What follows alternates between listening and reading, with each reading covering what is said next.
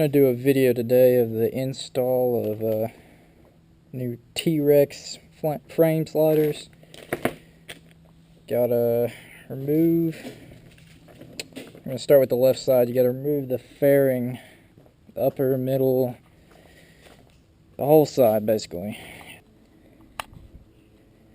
Okay, just so you know, this is the most complicated bike I've ever stripped of a fairing. Jesus Christ, there are so many screws and so many pop-outs that you need. It is ridiculous. So, yeah.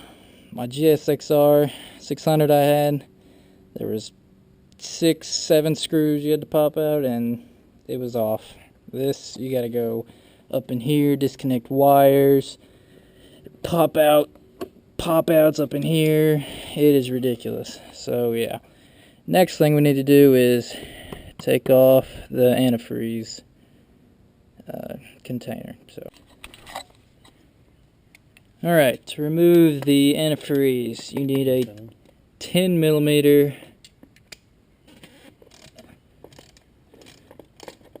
Just get that like so. Loosen it up to hand loosen. Then you got two, you got A and B. Alright.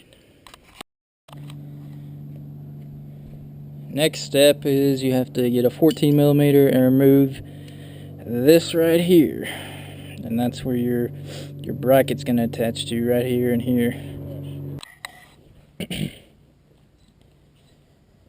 Alright, the next step is to install the left side bracket on. What you want to do is you want to take the small mount post, your small screw and washer, and put it through the shorter end with the big bump pointed down. Michael, roll this. Alright. Then you're going to take your small mount post and you're screwed on there. Be sure to put your Loctite on there because the vibrations from the motor will turn the screws out. So that's a definite must. Alright, the next step. You need to get a big ass Allen wrench. Size 9, I believe it is. And you've already got your small mount post hooked up there. That rests on that right there. Make sure to put your Loctite on the big screw, and you need your little spacer that goes in there.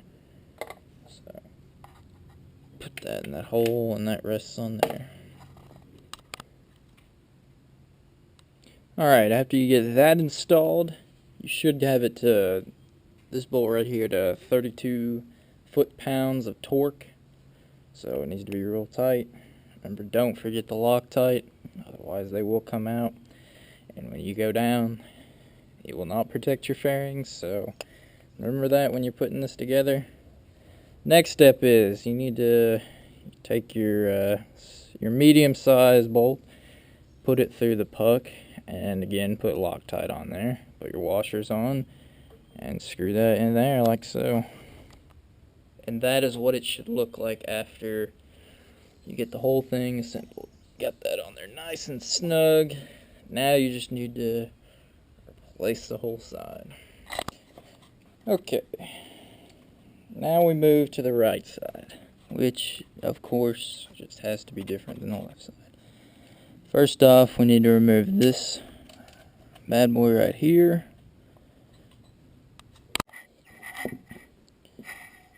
Alright, now on the right side, you gotta have the small bump, or the big bump pointed down. And this time you're gonna use the large spacer, because it's a deeper hole. And again, thread lock. Then you're just going to take your large screw, well, you got to put a washer on it first, and do the same thing. Alright, now that you got the right side on, make sure it's nice and snug. You got that side on, and you got the left side on. So now all you need to do is put the bearings back on. Make sure you connect all the wires back up. You got to connect your blinkers back up, and you gotta hook these back up into the clip.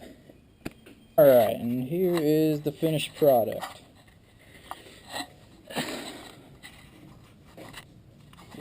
cool. Well, the better thing is it'll protect my plastic. And real simple. It took us 30 minutes, but that's just because the first one you gotta figure it out. The second one took a lot shorter. The hard part was getting the damn plastics off. Like I said, my ZX10R 600 I had was about 6 bolts all you had to take out. It came right out. This one you gotta disconnect wires, take out pop-ins. I mean, it's just ridiculous. There's probably 12 bolts on each side that you gotta take out. But here's the finished product of the frame sliders.